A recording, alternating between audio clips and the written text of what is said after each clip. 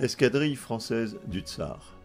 Sur la base des albums photos du lieutenant Léon Boittiot, qui nous ont été confiés par son petit-fils M. Patrick Charrier, et de divers documents qui nous ont été remis, nous pouvons évoquer des épisodes peu connus de l'escadrille française qui servit le tsar et de la période de révolution qui s'ensuivit.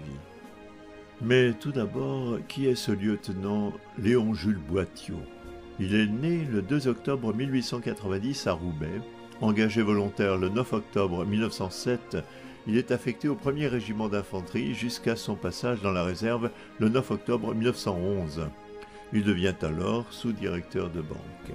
Il est rappelé à l'activité par la mobilisation générale et est affecté le 3 août 1914 au 166e régiment d'infanterie. Il sera blessé 2 fois, d'abord par balle le 30 août 14, puis par éclat d'obus le 15 décembre de la même année à Beaumont.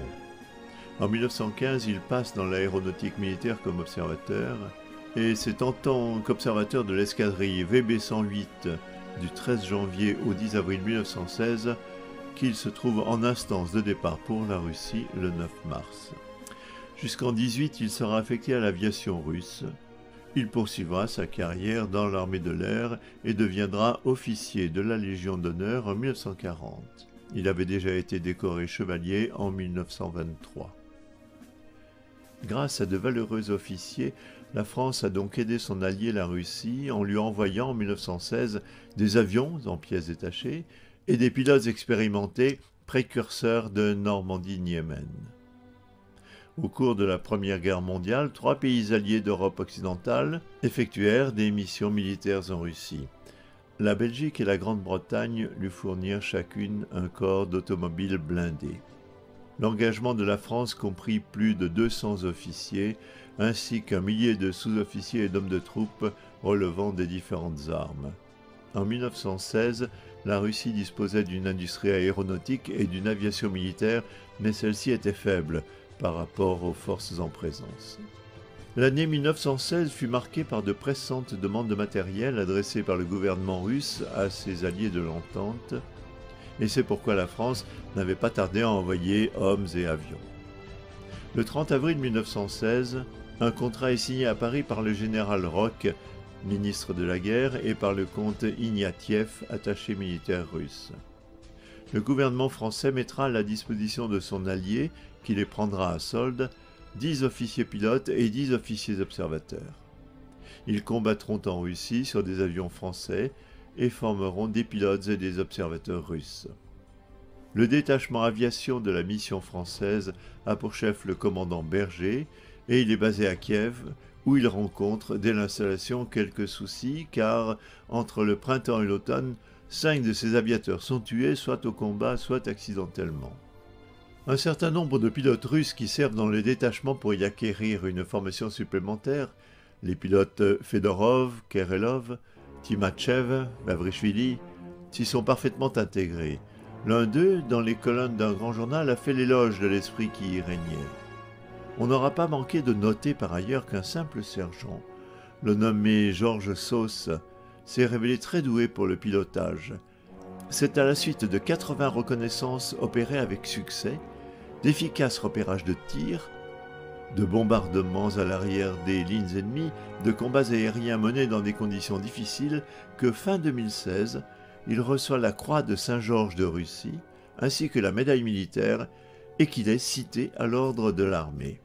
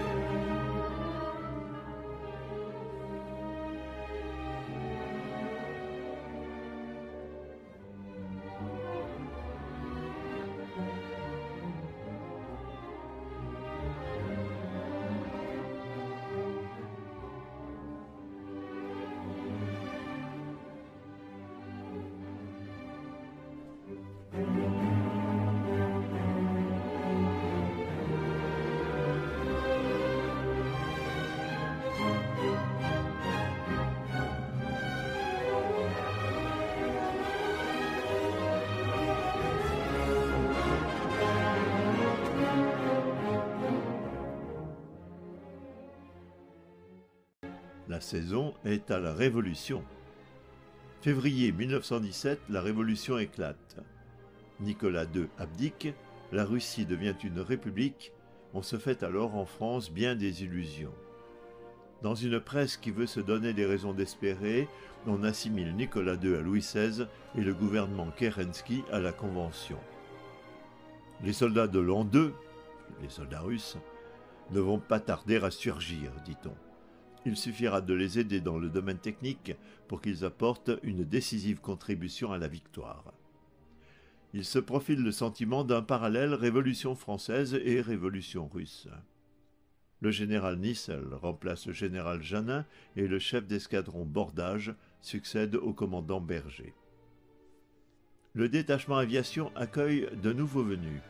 Le lieutenant Lachmann, alsacien de 27 ans, spécialisé dans les attaques de saucisses. Le sous-lieutenant Coudouret, 22 ans, qui a bombardé Sarrebruck, Trèves et Pechelbronn et a abattu 2 avions ennemis. À Kiev, où ils arrivent en avril, la saison au cours de laquelle il est possible de voler, ils sont témoins d'imposantes manifestations de grévistes agitant des drapeaux rouges et ils entendent réclamer la paix à grands cris. Le détachement est alors réorganisé en 2 escadrilles, la 581, capitaine Balavoine, et la 582, lieutenant Lachmann. Toutes 2 composées de farman de reconnaissance et de spades de chasse. Il y a désormais un parc avec des ajusteurs, des chaudronniers, un magasin avec officiers payeurs, un dépôt à Moscou. Au total, 42 officiers, 25 sous-officiers, 200 hommes de troupe, parmi lesquels on relève toutes les spécialités de rampant, du garde-caisse à l'infirmier, du photographe au secrétaire. De Kiev, les aviateurs se rendent à Boutchatch, en Galicie, non loin du front, et ils s'installent sur le même terrain qu'une escadrille russe. Ils y entretiennent des relations cordiales avec les meilleurs pilotes de l'armée impériale, les hommes du groupe Kazakov. Cet as russe, capitaine Kazakov, au palmarès comptant 15 victoires. Le capitaine Toumianov terminera la guerre avec 17 victoires, le lieutenant Smirnov, 9 victoires, le lieutenant Argev, 4 victoires. Tous volent sur des avions français, des Nieuport. Dans le secteur commandé par le général Kornilov figurent des blindés belges et britanniques, des avions français et aussi des légions polonaises, serbes et tchèques recrutées dans les camps de prisonniers. Du 19 au 21 juillet, Allemands et Austro-Hongrois lancent une violente attaque. Les armées russes, en proie à une grave crise morale, opèrent 4 replis successifs. Les avions français apportent alors leur aide aux Britanniques en opérant des reconnaissances, en dépit de l'arrivée d'avions allemands qui sont les meilleurs appareils de chasse alors disponibles, des Halberstadt et des Albatros. En septembre, 2e repli de 110 km sur Yarmolinsky. Lachmann abat une saucisse, mais entre dans un rideau de peupliers, perd ses ailes et tombe avec le moteur et le fuselage. Par chance, il n'est que blessé. Au début de l'automne, 3e repli, jusqu'à Kamenets-Podolski, non loin du front roumain. Lachmann abat encore 2 saucisses et 2 Halberstadt. Plusieurs batailles franco-allemandes se déroulent entre des groupes comportant chacun 4, 5 ou 6 appareils. Un sous-lieutenant français est tué, un autre doit être amputé d'une jambe. Un 4e repli suit de peu la révolution dite d'octobre. Elle conduit les aviateurs français jusqu'à Volochist, non loin de Tarnopol. Coudouret abat un avion allemand, sauve ses occupants d'un lynchage et les emmène déjeuner à la popote. Il abat encore un albatros la veille de l'armistice accordé par les puissances centrales du gouvernement bolchevique. Plus question ensuite de faire le moindre acte de guerre.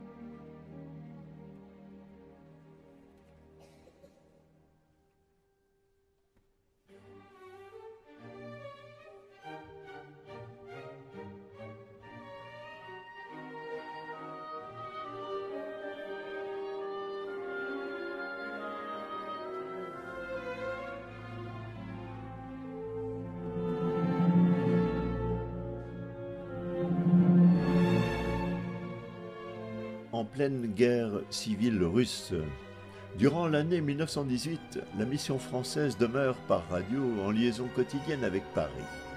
Sur ordre du général Nissel, une partie des aviateurs de l'escadrille 582 se replie à Simferopol en Crimée. Ceux de la 581 démontent leurs appareils et, par le chemin de fer, gagnent Loubny, à 200 km de Kiev, sur un affluent du Dniepr, la Soula.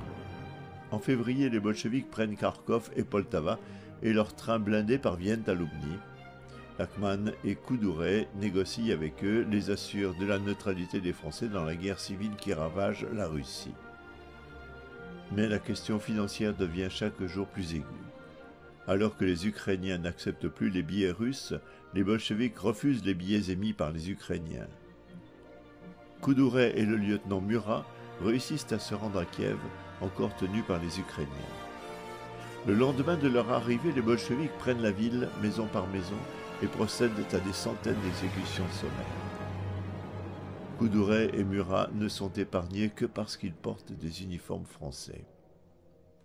Chose étonnante, la trésorerie est toujours ouverte et les deux officiers, qui se sont munis des pièces nécessaires, réussissent à se faire remettre la solde de leur détachement en billets qui sont acceptés dans le territoire contrôlé par les bolcheviks. Le retour de Koudouret et de Murat, porteurs d'une grosse somme, et l'ordre reçu par radio de gagner Mourmansk par le train apportent à tous un réel soulagement. Après un voyage épique, le détachement aviation réussit à atteindre la mer Blanche et il peut être rapatrié. Lorsque la révolution d'octobre avait éclaté, le général Nissel, dans un ordre du jour, avait dit aux aviateurs « Le détachement en entier doit en toutes circonstances se considérer comme le porte-drapeau de l'aviation française et faire preuve, au milieu des pires difficultés, de sentiments intangibles de discipline, d'honneur et de sacrifice. » Ces précurseurs de Normandie-Niemen avaient parfaitement répondu à l'espérance formulée par leur général.